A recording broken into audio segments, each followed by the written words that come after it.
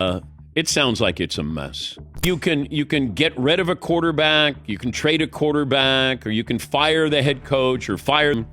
You can't do anything. I guess the family's more involved in. Timing these videos about the New York Jets has become increasingly difficult, primarily because right when I want to make a new video about them, there'd be a brand new report of something absurd coming out about them. But now it seems like it's taken a very dark turn, because it seems like Aaron Rodgers admitted that this could be the end for him. So before we get to the content, we are less than 6,000 subscribers away from 1 million subscribers. So if you want to help us reach that goal, make sure you subscribe and turn on our notifications to help us achieve a milestone of a lifetime. And now that we get all that out of the way, work!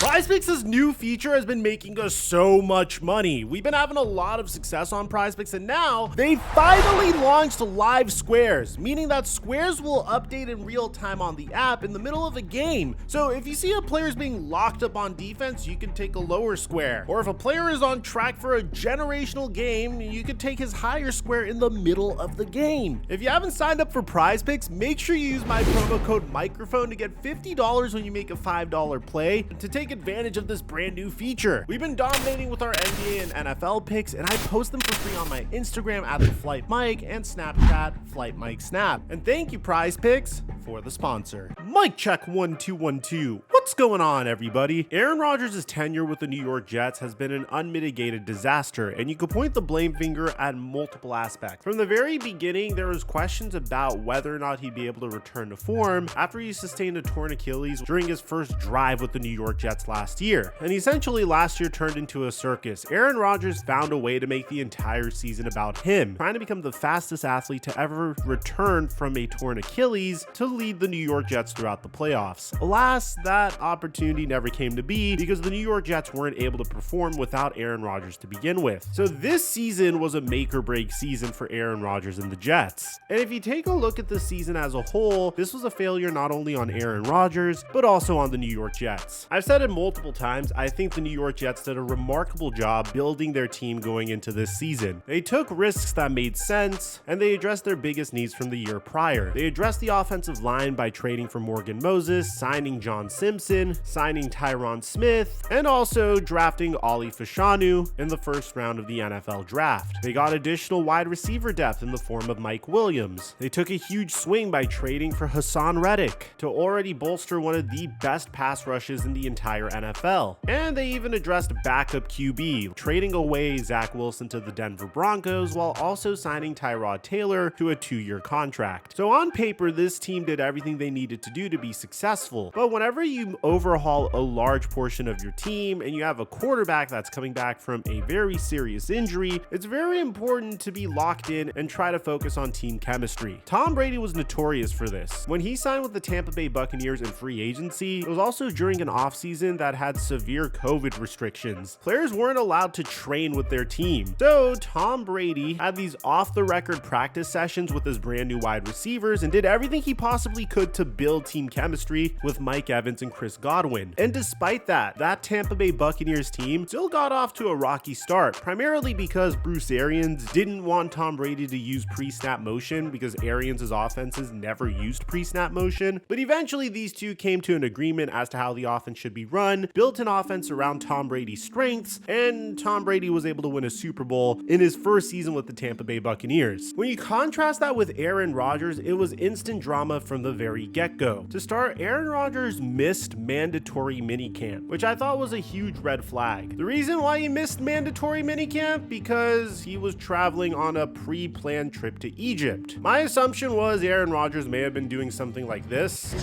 Another term for the caterpillar. It's really the caterpillar the entire time. And caterpillar opens his wings and just cannot believe this is my life now.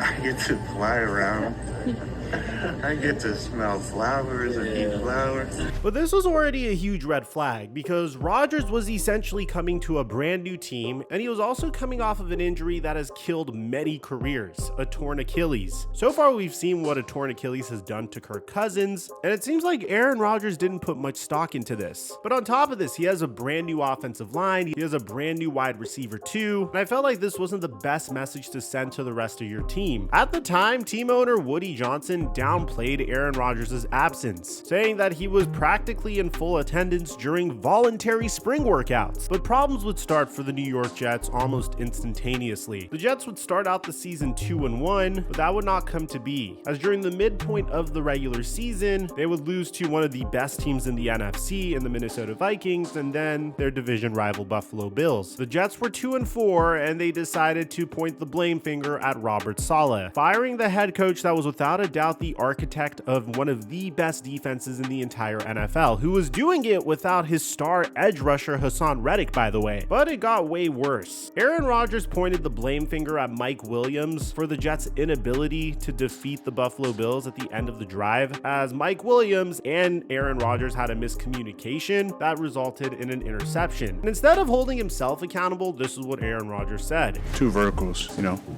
Allen's down the seam, Mike's down the red line.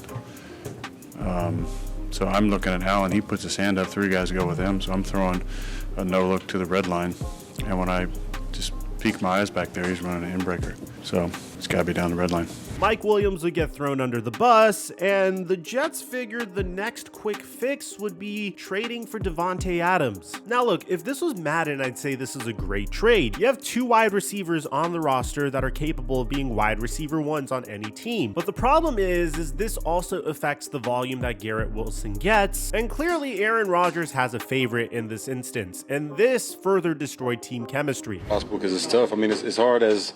if Michael Jordan was on his team, he wouldn't be happy. So, you can look at it however you want with that. But, you're not supposed to be happy when things aren't going great, but you do have to try to dig deep and find a way to fix it, and that's what we're trying to do now. And unfortunately, things wouldn't get any better following this, as throughout the regular season, we saw what the true problem was. It was a combination of Aaron Rodgers and the fact that the front office was woefully mismanaged. The Jets would eventually fire their general manager, Joe Douglas, who in my opinion has done a masterful job building this team. All you could ever ask from your general manager is for him to make intelligent decisions, and that's all Joe Douglas did. Whenever there was a problem, he's addressed that problem in a very intelligent manner, like the way he rebuilt the offensive line this past year. But on top of that, Joe Douglas's 2022 NFL draft was absolutely incredible. I mean, selecting Sauce Gardner with the 4th overall pick, then selecting Garrett Wilson with the 10th overall pick. Both of these players won offensive and defensive rookie of the year. Then he would trade back up into the first round to select Jermaine Johnson II, who would become a Pro Bowler. And then a few picks later, he would select Breece Hall. The only mistake that Joe Douglas ever made was drafting Zach Wilson over Penei Sewell or Jamar Chase, despite having Sam Darnold on the roster. And when you take a look at the fact that Sam Darnold has had an incredible season with the Minnesota Vikings, it's clear that this wasn't an individual that didn't have the talent to succeed, rather his organization failed him. And now it gets way worse, because Garrett Wilson is rumored to want to potentially request a trade. And if you don't believe me, just take a look at what he said a few weeks ago about whether or not he wants to be on the Jets long term. If the Jets approach you about a contract extension, would you like to stay here long term?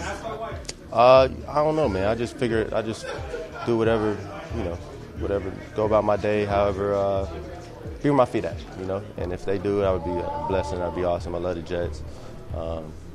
At the end of the day, they were the ones that believed in me, so This is further supplemented by articles that state that if Aaron Rodgers returns to the Jets, Garrett Wilson might want out. In this article, it mentions that Garrett Wilson and Aaron Rodgers reportedly had a blow up during camp. And if you just take a look at how his season has gone thus far, I can't necessarily blame him. Take a look at this route ran by Garrett Wilson about a month ago. He gets wide open for a guaranteed touchdown, only to get overthrown by Aaron Rodgers. He was caught on the sideline being upset at Aaron Rodgers for not throwing the fade at him when he was wide open. You could just tell this young man is very frustrated about his situation. Even recently, 1 week ago when the New York Jets were facing off against the LA Rams, Garrett Wilson was wide open here for a first down and possibly 6. But instead, Aaron Rodgers threw a YOLO ball to Devonte Adams because it was so important for Devonte Adams to catch his 500th touchdown pass. And while some people would say that Devonte Adams was one-on-one and that isn't a bad decision, the more concerning thing has been the quality of Aaron Rodgers' throws this year. And I think the same thing that's happening to Kirk Cousins is also happening to Aaron Rodgers. The fact that he's playing on a repaired Achilles has definitely affected his accuracy this year. Aaron Rodgers certainly hasn't looked like the Aaron Rodgers of old. And it got so bad this past week that he literally benched himself. It's 33-0. We were sitting there, and I said at some point, probably go to Tyrod here, huh? And then the next play, they threw a screen for a touchdown, so it's 40-0. And while some fans are saying that Aaron Rodgers is selfish, how dare he bench himself? Another instance of Aaron Rodgers quitting on his team. But at the same time, if you're a 40-year-old quarterback and there's nothing left to play for, you might as well bench yourself, especially if you're playing as terribly as Aaron Rodgers has this past year. But this is all supplemented by the fact that the New York Jets are being ran like a circus. I wanted to make a video on this 11 days ago, but unfortunately, I was down with some sort of mystery illness that has really affected me for like a week after, so I apologize for the lack of uploads. I don't know if it was COVID, it felt like the flu. I heard there's a bird flu going around. I don't know what it was, but my apologies for missing this info for you guys. But the way Woody Johnson has been running the New York Jets has been insane. I'm sure you guys heard that over the offseason, the New York Jets had the opportunity to trade Alan Lazard and a late draft pick for Jerry Jeudy, a former first-round pick who was perceived as damaged goods, but there was the chance that Jerry Jeudy was placed in a bad situation from the get-go with the Denver Broncos. But due to the fact that Woody Johnson's sons, Brick and Jack, said that Jerry Jeudy's Madden rating was too low, they decided not to trade for him. Johnson's reference to Jeudy's Madden rating was, to some in the Jets organization, a sign of Brick and Jack's influence. Another example came when Johnson pushed back on signing free agent guard John Simpson due to a lackluster awareness rating in Madden. The Jets signed Simpson anyway, and he has had a solid season. Pro Football Focus currently has him graded as the 8th best guard in the NFL. But the most baffling part about this entire report is the fact that there are still individuals out there that play Madden. And believe me, this is coming from a guy that started his career playing Madden Ultimate Team about 10 years ago. Beasley with the interception. Oh my God, Mike! 3rd and 9. Have the user in the middle. He's going. Oh, you trying to end around? Homeboy.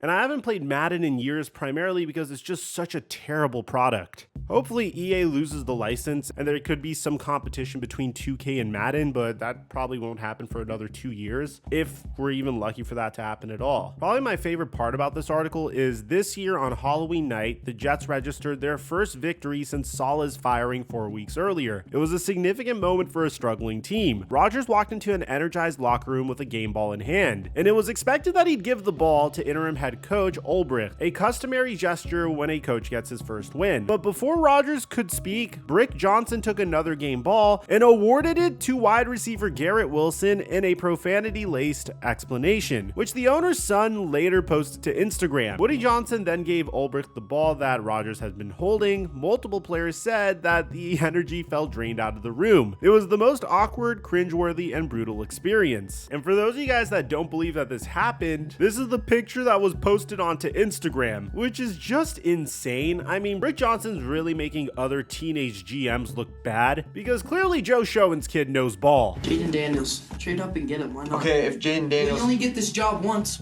Let's try to win. At the end of the day, I don't really know where the New York Jets go from here because this is a team that has so much talent on both the offensive side of the ball and the defensive side of the ball. It's very likely that Aaron Rodgers isn't good enough to get the job done, but you put any above average quarterback on this team with Garrett Wilson and Devonte Adams, the offensive line that the Jets have, Breece Hall, and then on the defensive side of the ball, you have Quinnen Williams, Hassan Reddick, and Will McDonald, in addition to Sauce Gardner. I mean, team, this is at minimum a 10-win football team if they have the right leadership in the front office. And I think that's the biggest problem. I don't really know if there's any head coach that would want to deal with this situation. Currently, the New York Jets are interviewing head coaches, but the head coaching candidates don't seem that promising. Rex Ryan is expected to be interviewed for their head coaching opening, but in addition to that, Tom Pelissero states that the Jets are scheduled to interview Ron Rivera for their head coaching job this week. And if you just take a look at Ron Rivera's interviews with the Washington Commanders, I mean, this guy clearly didn't seem to know what was going on with this team. Going back to Bieniemy and his intensity, have players had to kind of adapt to that and have any, I guess, sort of struggled with that at times? Yeah, I mean, they have, and one of the biggest things is you know, and I had a number of guys come to me and I say, hey, just go talk to him. I said, understand what he's trying to get across to you, you know, and I think, you know, I think as they go and they talk and they listen to him, it's been enlightening for a lot of these guys. So it doesn't seem like things are getting any better for the New York Jets. Let me know in the comment section down below, how do you think you could fix the Jets? Is this truly the end of Aaron Rodgers? I'd like to hear what you have to say. Aside from that, I'm your boy Mike, and I'm dropping our mic until our next upload.